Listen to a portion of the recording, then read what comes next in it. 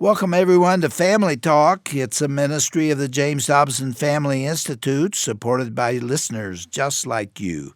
I'm Dr. James Dobson, and I'm thrilled that you've joined us.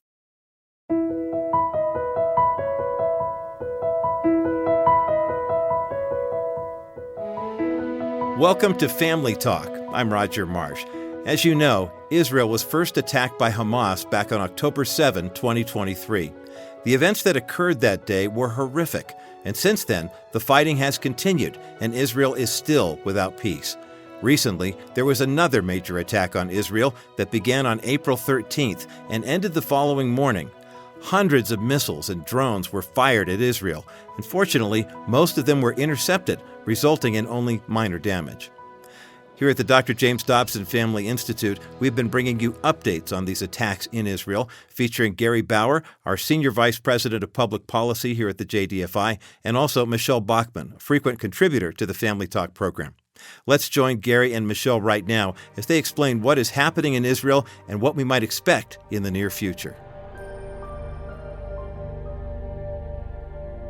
It's a pleasure today to be with my friend Michele Bachmann as we discuss here on Family Talk the extraordinary things that are happening in the Middle East and specifically in Israel. Of course, all Americans, everybody, all free men and women around the world are interested in what's happening in the Middle East. People worry about what the implications are. There's wars and threats of war.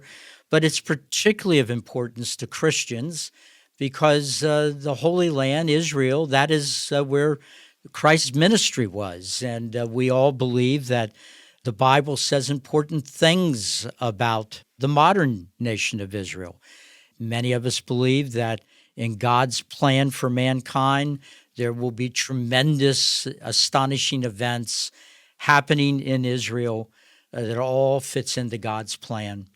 But, as we start today to kind of make sense of the headlines, Michele, you and I got together on Family Talk about a little over 6 months ago. A horrible surprise attack had been launched by Hamas, the terrorist group located in Gaza, on the Israeli people, on Israeli civilians. There was no confusion here. Hamas launched an attack into Israel in order to kill and take hostage Israeli civilians.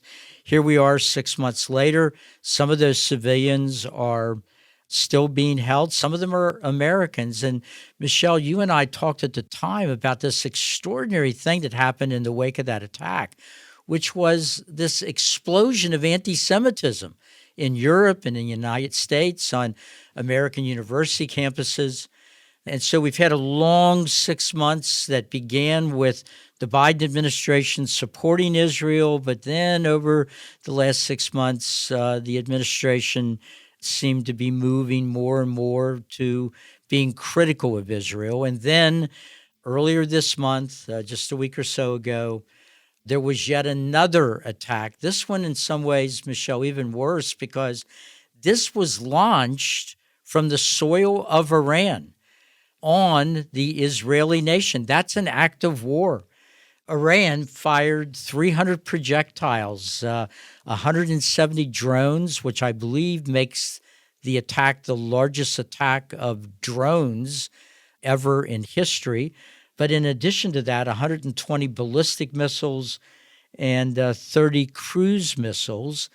And once again, here in the United States, we saw something really astonishing, which was people cheering that attack took place, and another round of anti-Semitism and calls for death to Israel, and now also death to America. And we've got this very disturbing situation where our own government appears to be telling Israel that they cannot retaliate to that act of war.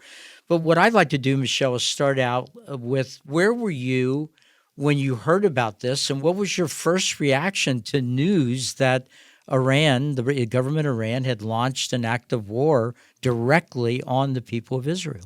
Well, Gary, you've done a beautiful job setting up the problem and the events that are startling that have occurred in the last week or so. It really is a very different time when people innately, I think a lot of our audience, Gary, feel that their lives are turned upside down now in the United States. When they read the news, nothing makes sense anymore because our government is making decisions that are not in America's best interests. Why would that be? Why would our domestic government make decisions that don't help us?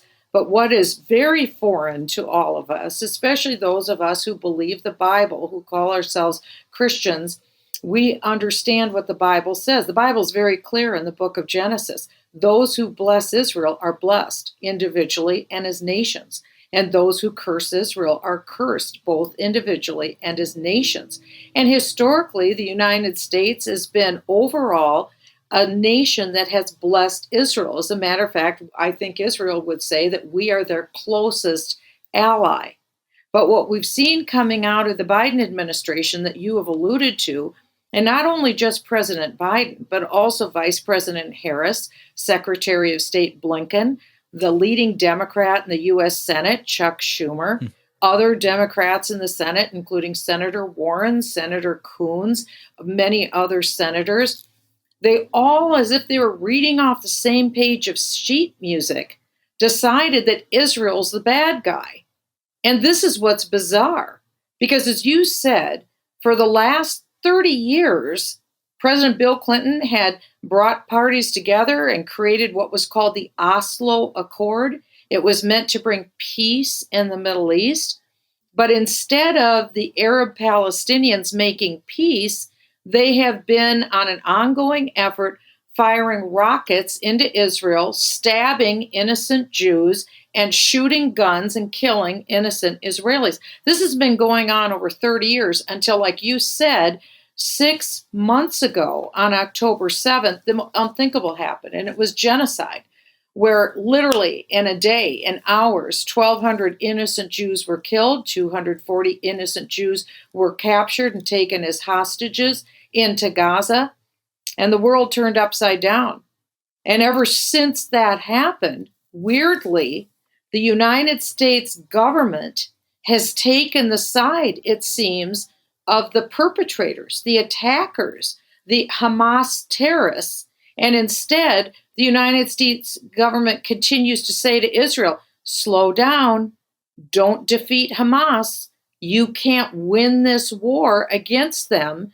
And by the way, we aren't doing much behind the scenes to get the hostages out, even though 6 of them are Americans.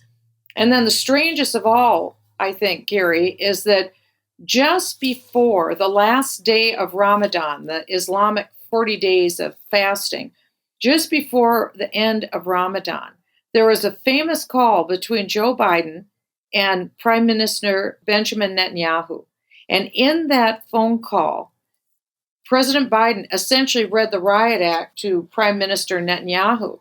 And it was the last Friday of Ramadan. That's a day of violence and hostility for many Arabs in Israel. It was the day that the Quran was given. It's a big celebration day for the Arabs. And it was Iranian Jerusalem Day. And also it was right after they had declared that they were going to bring about revenge for the attack that occurred in Damascus. And what was that attack?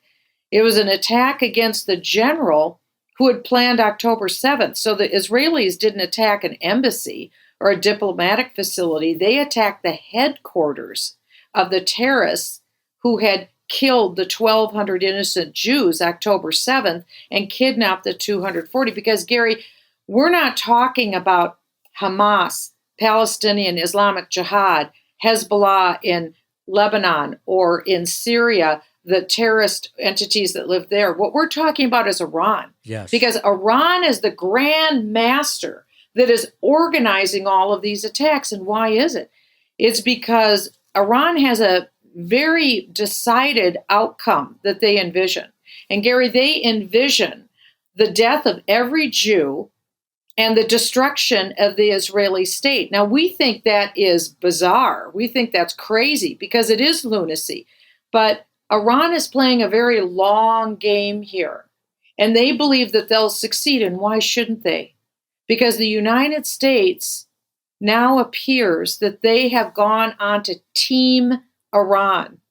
Wow. Under President Obama, the United States, weirdly, by having the Iran agreement, enabled Iran to get a nuclear weapon. That was under President Obama. We were Team Iran. I had Yes. never seen anything like it. At that time, I was in the U.S. Congress. I was serving on the Intelligence Committee. I knew the behind the scenes of what was going on. And I knew this Iran agreement was about to give on a silver platter a nuclear bomb to Iran, who had already made very clear their intent to destroy the Jewish state.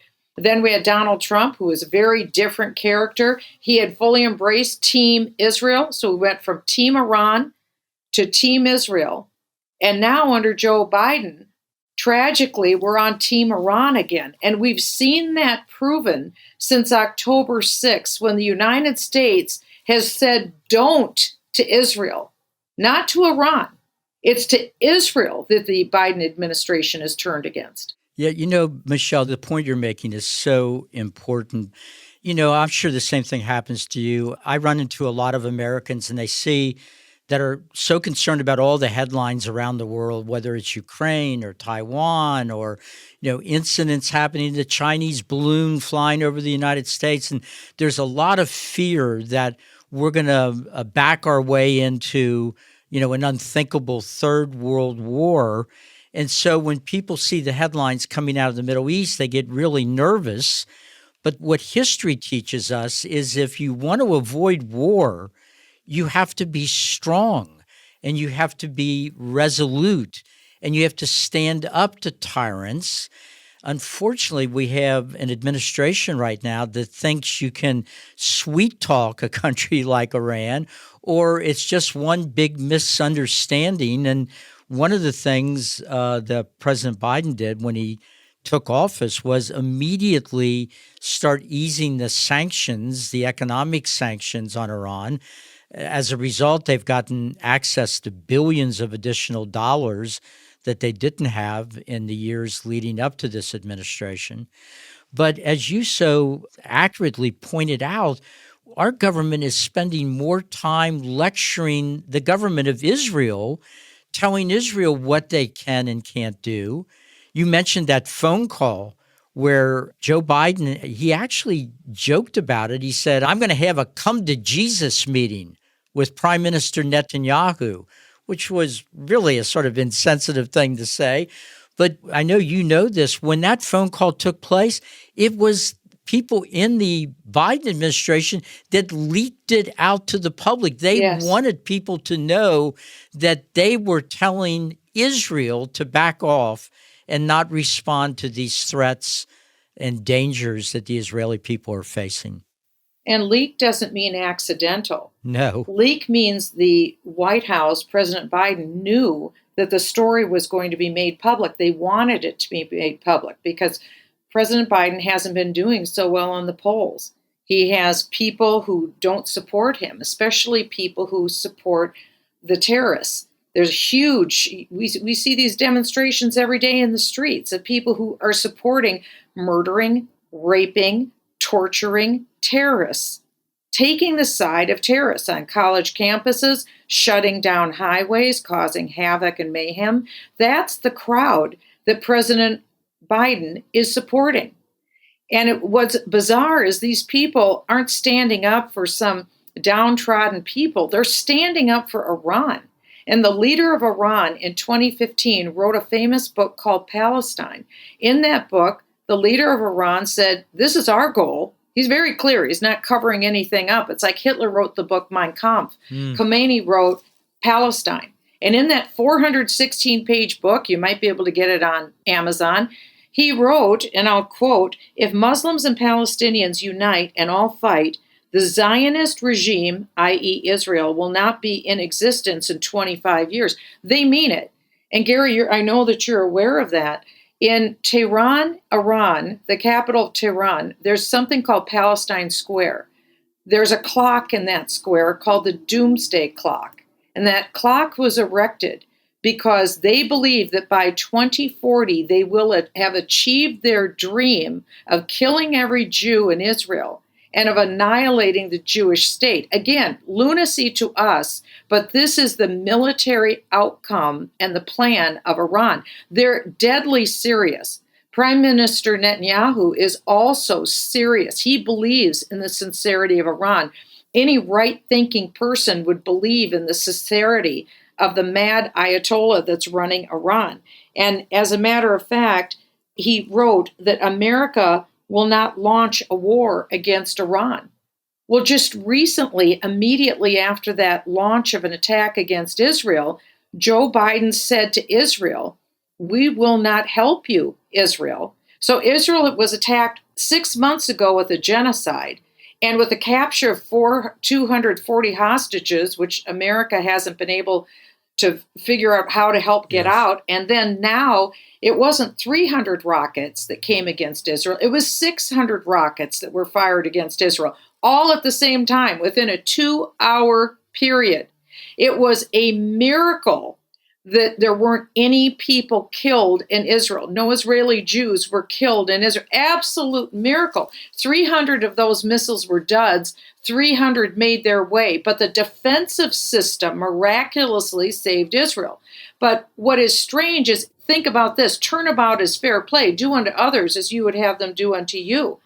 And so if this would have happened to us, if we in America had an unprovoked attack, do you think that we would be trying to debase and take out the military equipment that fired on us so we could protect our people? Of course we would. And that's what Israel would do. Well, then why is it that President Joe Biden told Israel point blank, don't you dare touch Iran?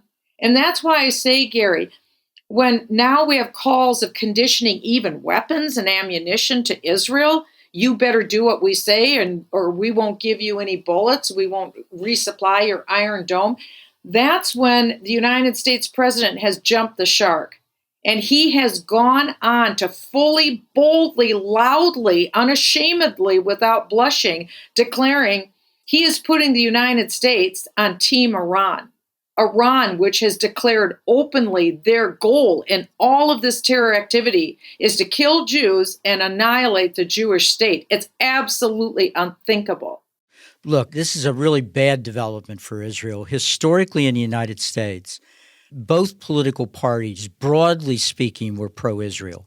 Yes. You know, it was a Democrat president, Harry Truman, who was advised by his foreign policy aides that when the modern nation of Israel was recreated in 1947, that he should not recognize them because it would cause us problems with some of the Muslim and Arab countries in the Middle East.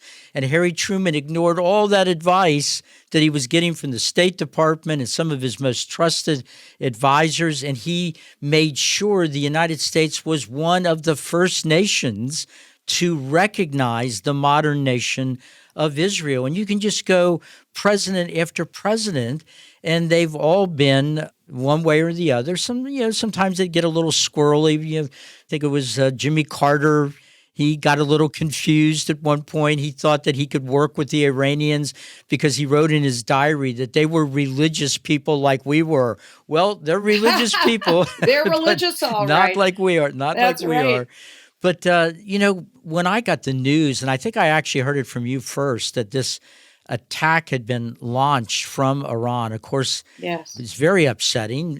Who knew what was going to happen? The intention, obviously, was to kill thousands of Israelis, but they could have taken out whole cities no question, if they would have been yes, successful. No question about it. But you probably saw it too, there was a meeting going on in Chicago of some groups. They called themselves anti-war.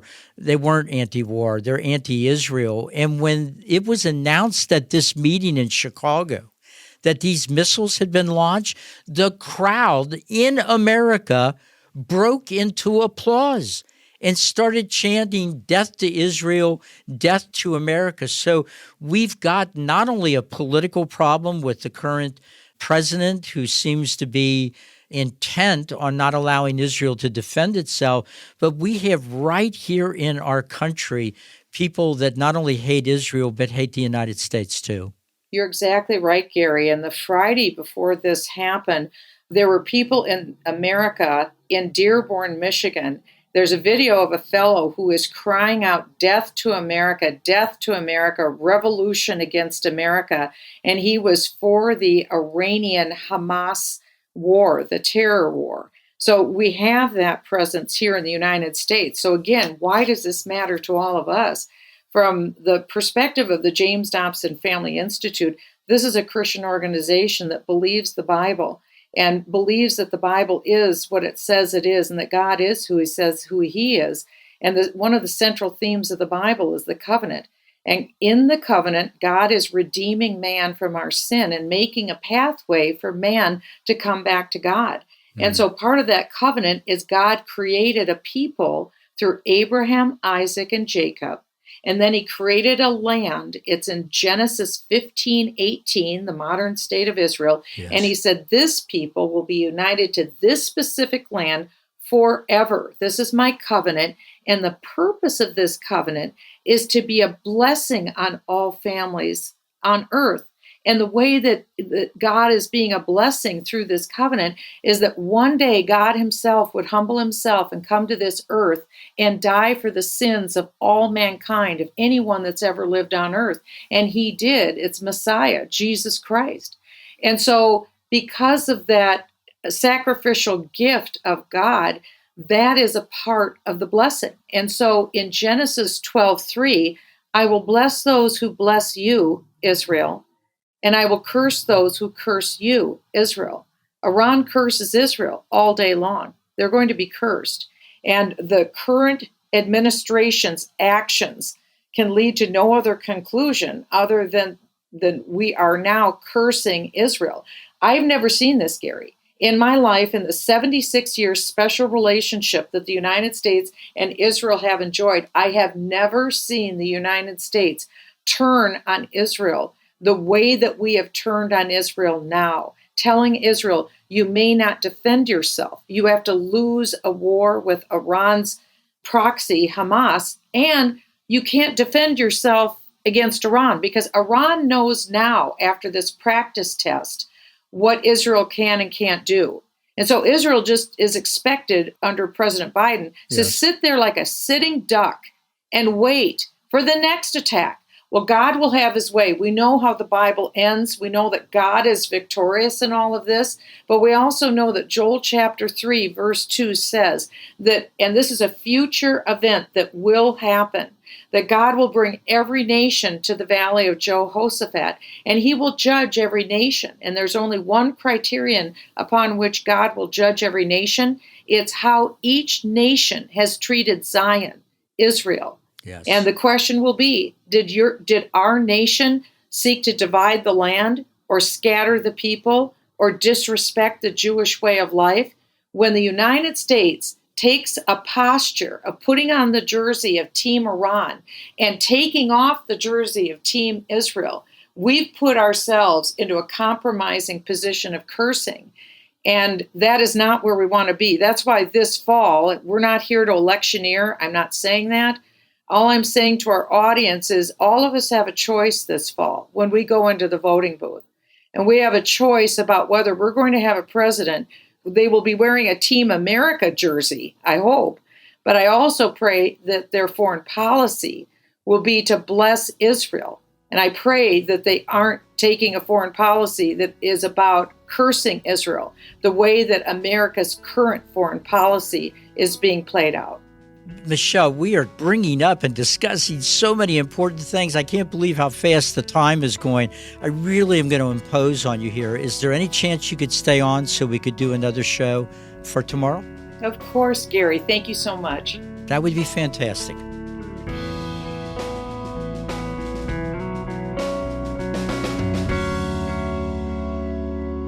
Well, please indeed pray for peace to be restored in Israel.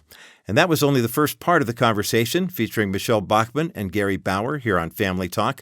There is so much more to discuss, so please join us again tomorrow for the conclusion of this important conversation.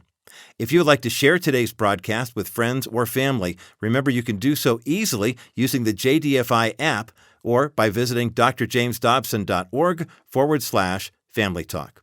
Now, if you appreciate being up to date on current events and looking at them with a biblical perspective, you will truly enjoy listening to the Defending Faith, Family, and Freedom podcast featuring Gary Bauer.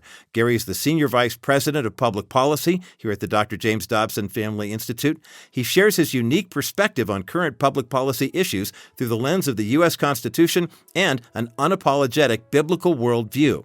Now, to listen in, visit our website at drjamesdobson.org and select the Defending Faith, Family, and Freedom podcast right there on our homepage. You'll be directed to the podcast page where you can then select your favorite listening platform, Google, Apple, Spotify, or Stitcher. Again, that's the Defending Faith, Family, and Freedom podcast at drjamesdobson.org.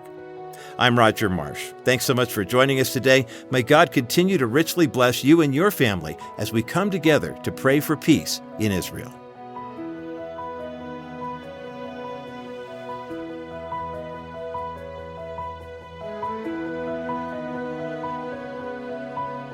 This has been a presentation of the Dr. James Dobson Family Institute.